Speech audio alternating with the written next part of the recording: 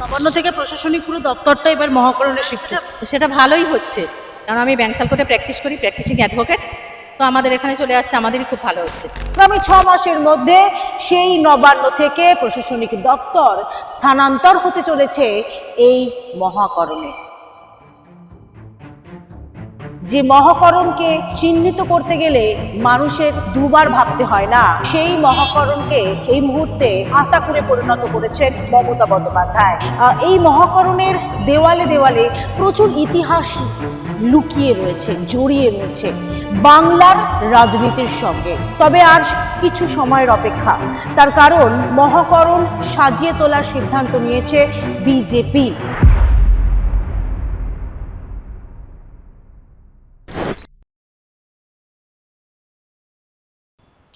নিজ স্বার্থ বিনা কাহারও স্বার্থ দেখে নাই মমতা বন্দ্যোপাধ্যায়। আর সেই নিজের স্বার্থ চরিতার্থ করার জন্য তিনি এই মহাকরণ থেকে সমস্ত প্রশাসনিক দফতর স্থানান্তর করেছিলেন আজ থেকে 13 বছর আগে গঙ্গার পাড়ে নবান্নেতে। 14 তলায় বসে তিনি গঙ্গা দেখবেন, আর সেই আশা পূরণ করার জন্য যারা স্টাফরা রয়েছেন, সরকারি কর্মীরা রয়েছেন, তাদের নাজেহাল অবস্থা ছিল। এই মুহূর্তে আগামী 6 মাসের মধ্যে সেই নবান্ন থেকে প্রশাসনিক দপ্তর স্থানান্তর হতে চলেছে এই মহাকরণে। নমস্কার, আমি তুলিকা রায়, বেঙ্গলি বার্তার পর্দায় আপনাদেরকে স্বাগত জানাচ্ছি। মহাকরণ, যে মহাকরণের একটা ঐতিহ্য ছিল, আছে, থাকবে, যে মহাকরণকে চিহ্নিত করতে গেলে মানুষের দুবার ভাবতে হয় না, সেই মহাকরণকে এই মুহূর্তে আস্তাকুড়ে পরিণত করেছেন মমতা বন্দ্যোপাধ্যায়। আমরা রয়েছি সেই মহাকরণের সামনে, যে মহাকরণে একসময় এভাবেই পুলিশের কিয়স্ক থাকতো, যে মহাকরণে একসময় যারা এই সরকারি কর্মীরা তারা যেরকম একদিকে কাজ করতেন, তার সঙ্গে এই মহাকরণের দেওয়ালে দেওয়ালে প্রচুর ইতিহাস লুকিয়ে রয়েছে, জড়িয়ে রয়েছে বাংলার রাজনীতির সঙ্গে। যখন 1947 সালের পরে যখন মুখ্যমন্ত্রী হন একের পর এক যারা মুখ্যমন্ত্রী পদে আসীন হয়েছেন, ডক্টর বিধানচন্দ্র রায় থেকে শুরু করে প্রফুল্লচন্দ্র সেন, প্রফুল্লচন্দ্র ঘোষ, সিদ্ধার্থ শঙ্কর রায়, জ্যোতি বসু, বুদ্ধদেব ভট্টাচার্য, তারা প্রত্যেকেই এই মহাকরণ থেকেই রাজত্ব করেছেন। তারা প্রত্যেকেই এই মহাকরণ থেকেই তারা তাদের প্রশাসনিক যে বৈঠক, প্রশাসনিক যে কাজ, সমস্ত কিছুই পরিচালনা করেছেন এই মহাকরণ থেকে। কিন্তু খুব অদ্ভুতভাবে 2011 সালে যখন ক্ষমতায় আসীন হয় 34 বছরের বাম সরকারকে কার্যত নিঃশেষ করে মমতা বন্দ্যোপাধ্যায়, সে সময় প্রায় 1 থেকে 2 বছরের মধ্যে এই মহাকরণ তাঁর আর ভালো লাগে না। তিনি এই মহাকরণের প্রশাসনিক দফতর পুরোপুরিভাবে প্রায় 1 বছরের মধ্যে স্থানান্তর করেন গঙ্গার পাড়ে নবান্নতে। যে নবান্ন একসময় কিছুই ছিল না, সেখানে ঘাস, বন, জঙ্গল ছিল। সেই জমিকে আবার 14 তলা বিল্ডিং তৈরি করলেন মমতা বন্দ্যোপাধ্যায়, সেই সময়ের তৎকালীন মুখ্যমন্ত্রী। এবং সেখানে সমস্ত প্রশাসনিক যে দপ্তর স্থানান্তর করা হয় এবং ধীরে ধীরে এই শহর কলকাতার ডালহৌসির বুকের এই প্রাণ কেন্দ্র মহাকরণ কার্যত নিস্তেজ হয়ে যায়। আর যে নিস্তেজ এখনো পর্যন্ত রয়েছে, আমরা দেখতে পাচ্ছি সেই ছবি এই মুহূর্তে। যে মহাকরণ প্রাণ কেন্দ্র, যে মহাকরণে 1947-এর আগে থেকে যে মহাকরণ তৈরি হয়েছে, যে মহাকরণে একের পর এক মুখ্যমন্ত্রী তারা রাজত্ব চালিয়েছেন, সেই মহাকরণ এই মুহূর্তে কার্যত নিস্তেজ। তবে আর কিছু সময়ের অপেক্ষা, তার কারণ 200-র ওপর আসন সংখ্যা পেয়ে যেভাবে 2/3 বেশি সংখ্যাগরিষ্ঠ আসন পেয়েছে ভারতীয় জনতা পার্টি, এবং সেই মহাকরণ সাজিয়ে তোলার সিদ্ধান্ত নিয়েছে বিজেপি।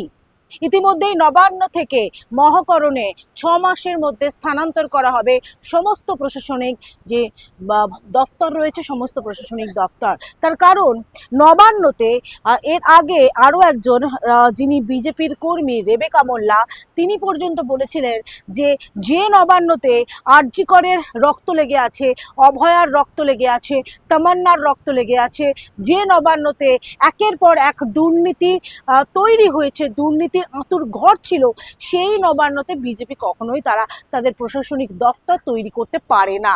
আর সে কারণেই নবান্ন পুরোপুরি শিফট হচ্ছে মহাকরণ, এবং এই শহর কলকাতার প্রাণকেন্দ্র যে মহাকরণ, সেই মহাকরণে আগামী ৬ মাসের মধ্যে বিজেপি এখান থেকেই তারা সমস্ত প্রশাসনিক যে দফতরের যে কার্য, সেই কাজ তারা করবেন।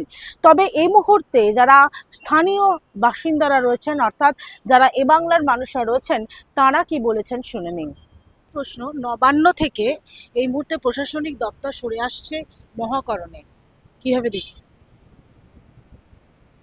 নবান্ন থেকে যে সরে আসছে সেটার কথা বলছেন? নবান্ন থেকে প্রশাসনিক পুরো দপ্তরটা এবার মহাকরণে শিফট। সেটা ভালোই হচ্ছে, কারণ আমি ব্যাংশাল কোর্টে প্র্যাকটিস করি, প্র্যাকটিসিং অ্যাডভোকেট। তো আমাদের এখানে চলে আসছে, আমাদেরই খুব ভালো হচ্ছে।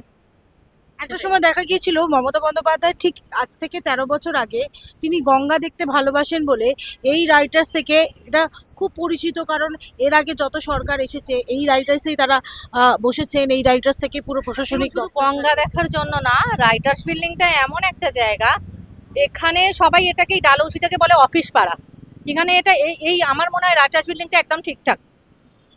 কিন্তু মমতা বন্দ্যোপাধ্যায় তো নিজের স্বার্থের জন্য ১৪ তলায় গিয়ে গঙ্গা আমি বলতে পারবো না, সেটা ওনার পার্সোনাল ব্যাপার, আমি এই ব্যাপারে কিছু বলতে পারবো না। সাফারও করেছেন। হ্যাঁ, কিন্তু বলতে পারবো না। এখানে দেখুন কমিউনিকেশন খুব ভালো, যেটা আমার মনে হয় নবান্নতে কমিউনিকেশন এত ভালো নেই। রাইটার্স বিল্ডিং এর কমিউনিকেশন এত ভালো, সব দিক দিয়ে এখানে বাস চলাচল করে, বা যে কোনো এখানে এই অফিস পাড়াতে সব সময় সরগরম আর কি। আমরা তো এখানেই প্র্যাকটিস করি বা এই কাছাকাছি থানাতে যাই রাত 10টা পর্যন্ত, 11টা পর্যন্ত, এখানে সবসময় লোকজন থাকে।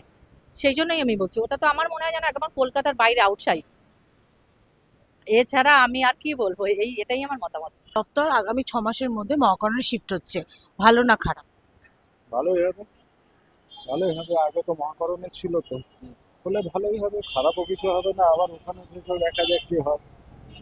কিন্তু এই যে নবান্নে মমতা বন্দ্যোপাধ্যায় গঙ্গা ভালোবাসতেন বলে তিনি মহাকরণ থেকে নবান্নে শিফট করলেন পুরো প্রশাসনিক দপ্তরটা, যার জন্য যারা অফিসে কাজ করেন, এই মহাকরণে কাজ করতেন, তাদের অনেক সমস্যা হয়েছে।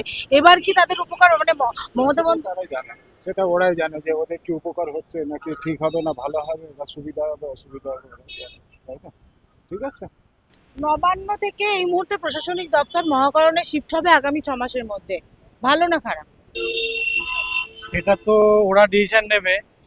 তবে আমরা তো চাইবো সবসময় যে আমাদের সবকিছু মানে সুরক্ষা, মহিলাদের সুরক্ষা বিশেষ করে, বাকি সমস্ত ডিপার্টমেন্টগুলো সুস্থভাবে পরিচালনা করা যায়, সেটা যাতে ওরা দেখে, সেটা ওরাই বেস্ট জাজমেন্ট দিতে পারবে।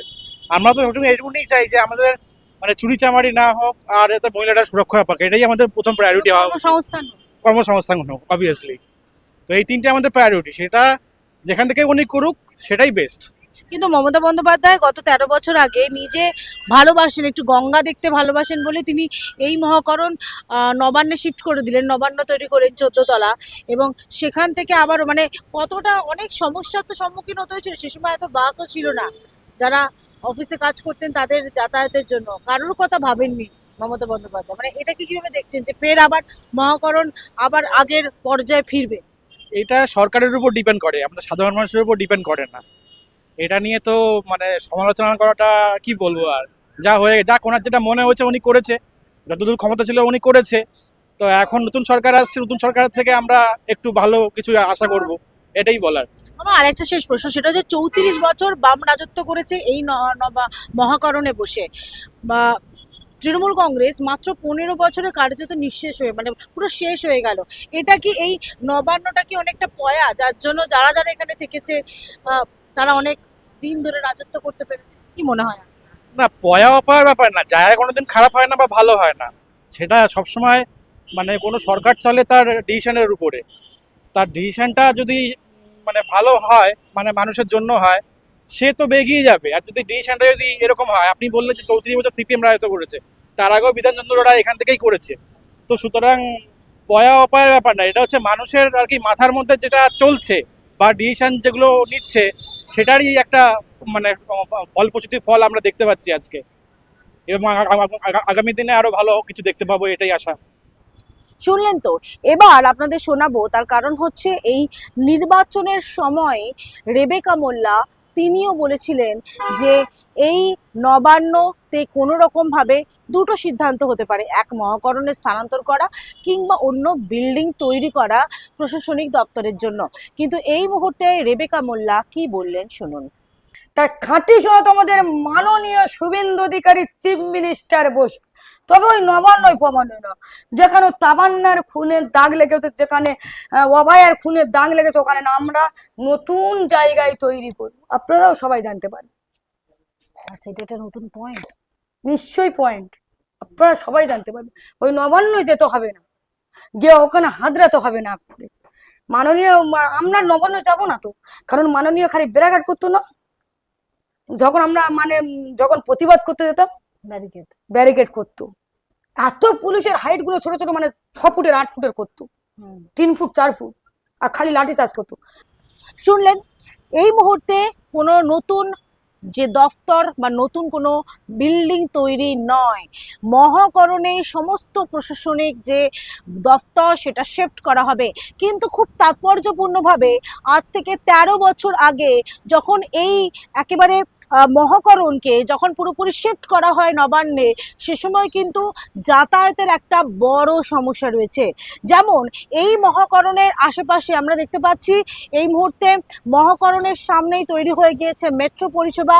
কেউ যদি শিয়ালদা বা কেউ যদি জেলার বিভিন্ন প্রান্ত থেকে প্রতিদিন তারা কাজ করতে আসেন তাহলে সমস্যা হওয়ার কথা নয়। তার কারণ শিয়ালদা থেকে তারা মেট্রো করে খুব সহজেই, খুব সহজ পথেই ধর্মতলা হয়ে তারা মহাকরণে আসতে পারেন, কিংবা কেউ যদি হাওড়া থেকে আসেন তারাও হাওড়া মেট্রো স্টেশন হয়ে একেবারে মহাকরণের যে মেট্রো রয়েছে সেখানে নেমে তারা আসতে পারেন, কিংবা তারা বাসে করেও আসতে পারেন। কিন্তু এই পরিষেবা থাকা সত্ত্বেও যারা প্রশাসনিকের, যারা মহাকরণে যারা চাকরি করেন তাদের কথা কেউ ভাবেননি। অর্থাৎ মমতা বন্দ্যোপাধ্যায় খোদ তিনি ভাবেননি। তার নিজের স্বার্থ চরিতার্থ করার জন্য তার নিজের ইচ্ছে হয়েছিল 14 তলা থেকে তিনি গঙ্গা দেখবেন, আর সেই গঙ্গা দেখার লোভে মোহে তিনি এই প্রশাসনিক যে বৈঠক বা প্রশাসনিক যে দফতর সেই দফতর স্থানান্তর করেছিলেন নবান্নে। কিন্তু এই মুহূর্তে সেই নবান্নে আর কোনো প্রশাসনিক দপ্তরই থাকছে না। এই মুহূর্তে নবান্ন থেকে সেই সমস্ত মহাকরণের সমস্ত যে প্রশাসনিক দপ্তর রয়েছে তা স্থানান্তর করা হচ্ছে আগামী 6 মাসের মধ্যে, এবং রেনোভেটের কাজ ইতিমধ্যেই শুরু হয়ে যাবে। তার আগে আপনারা দেখুন এই মুহূর্তে যে মহাকরণ একসময় জমজমাট ছিল, যে মহাকরণের গেট কখনোই বন্ধ হতো না, সেই মহাকরণ এই ব্রিটিশ আমলের যে মহাকরণ, এই মহাকরণ ছেড়ে বেরিয়ে গিয়েছিলেন মমতা বন্দ্যোপাধ্যায়। তাহলে কি এই নবান্নে যারা প্রায় 34 বছরের ওপর ধরে রাজত্ব করেছেন, যারা এই তার আগেও যারা রাজত্ব করেছেন, তাদের কাছে খুব পয়া, এবং মমতা বন্দ্যোপাধ্যায় এই মহাকরণ ছেড়ে যখন নবান্নে শিফট করলেন তারপরেই কি অধঃপতন হতে শুরু করেছিল তৃণমূল কংগ্রেসের? প্রশ্নটা থাকছে আপনাদের কাছে। আপনারা এতক্ষণ দেখছিলেন বেঙ্গল লিবার্টি। এই ভিডিও যদি ভালো লাগে তাহলে লাইক, কমেন্ট, শেয়ার, সাবস্ক্রাইব করতে ভুলবেন না। www.bengalliberty.com এ আপনাদের জন্য রয়েছে সমস্ত খবর সাজানো, স্বাধীন কাছেহীন গেরিলা সাংবাদিকতার পাশে দাঁড়ান। অসংখ্য ধন্যবাদ।